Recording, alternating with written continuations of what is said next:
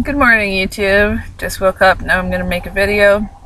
So today I wanted to talk to you about the different types of vans to live in, help you make your decision to live in a van. But I'm not going to try to influence your decision at all. I'm just going to state the facts. Okay, so yeah, there are a lot of different kinds of vans to live in. There's cargo vans and conversion vans, minivans, box vans, buses, camper vans, yeah. And the main two vans that van dwellers live in are conversion vans and cargo vans. So, first I'm going to tell you all the makes and models that I know. There's like GMC Safari, GMC Savannah, Ford Econoline, Ford E150, Chevy G20, Chevy Van, GMC Vandura, Chevy Astro, and there's a Sprinter, Ford Sprinter, I think, and there's the VW Vanagon. Anything else?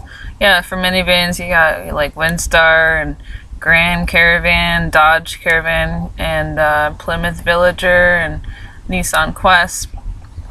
And yeah, G20, Chevy G20, that's a really popular conversion van that a lot of people live in because they're really large. You have the option to get a high top conversion van, which even maximizes your space because the short women can even stand up in their high top Chevy G20s, and they come with a bed in the back that it's a bench seat that folds into a bed. That's what I had in my last van. It was a GMC Vandura. It was pretty much identical to a Chevy G20 because they stopped making them in the 90s and then they switched over to Chevy. And these things are really large, they're really wide, so you can even lay horizontally, like you can lay across the width of the van. So it can sleep a lot of people. The downsides to those vans are they probably get bad gas mileage. My old van got 12 miles per gallon, and these things are also very hard to drive. But see, it's a conversion van, and the pros of living in a conversion van are you have all the space and you also have lots of windows, so you have lots of light coming in, and you also have ventilations. You really need ventilation in the summer because it's going to be extremely hot. You need to be able to open all your windows and be able to close them when it rains. So the conversion van is a good choice in the fact that you get to open your windows and breathe and have some air coming in, whereas a cargo van is like there's no windows, and so the people that live in cargo vans have to install vents in the roof.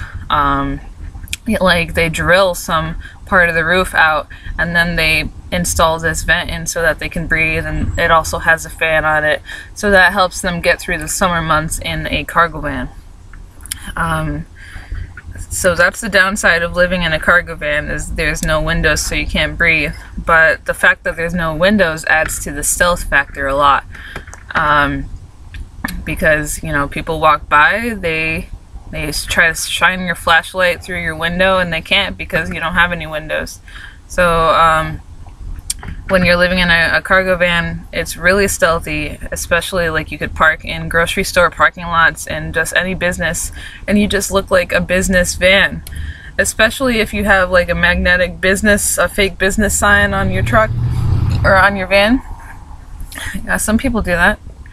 But white vans don't really look good parked in residential areas.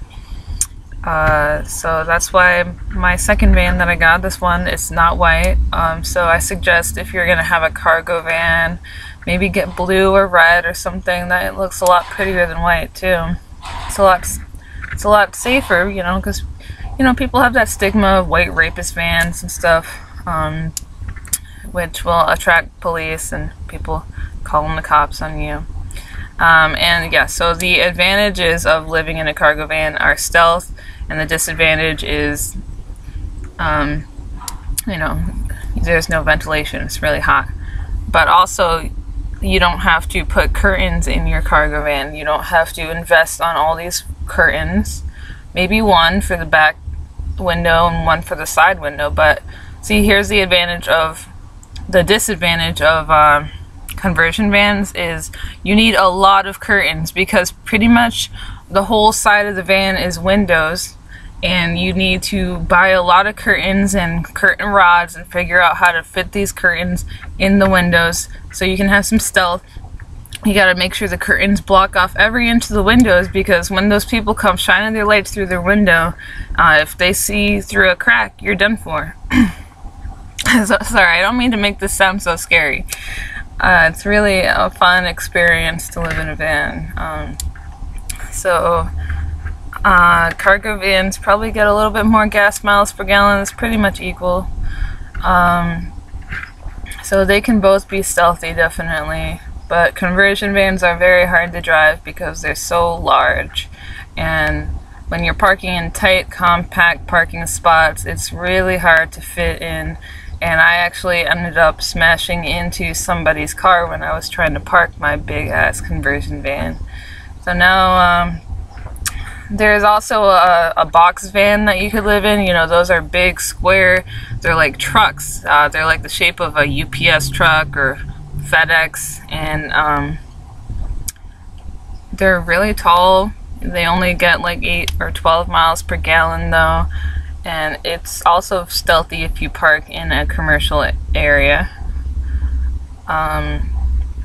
Yeah, if I had that much space living in a box van, I would definitely try to make my bed like up high, like above the living area, and that would be pretty cool. You could also live in a camper van. There's like what, Class A, Class B, Class C, stuff like that, and it looks like a trailer, you know. It looks like a camper that you can drive. Well, some of them just look like vans, which is ideal. If you could find a camper van that looks like a van on the outside and a camper on the inside, has a dishwasher, a stove, a sink, and a bed and all that, then you got scored, because that's really stealthy. You can park it in a residential neighborhood, whereas the RVs and the camper trailer type vans usually get ticketed for city camping. But you could always just park at Walmart. The other option, you could live in a minivan. That's what I live in right now.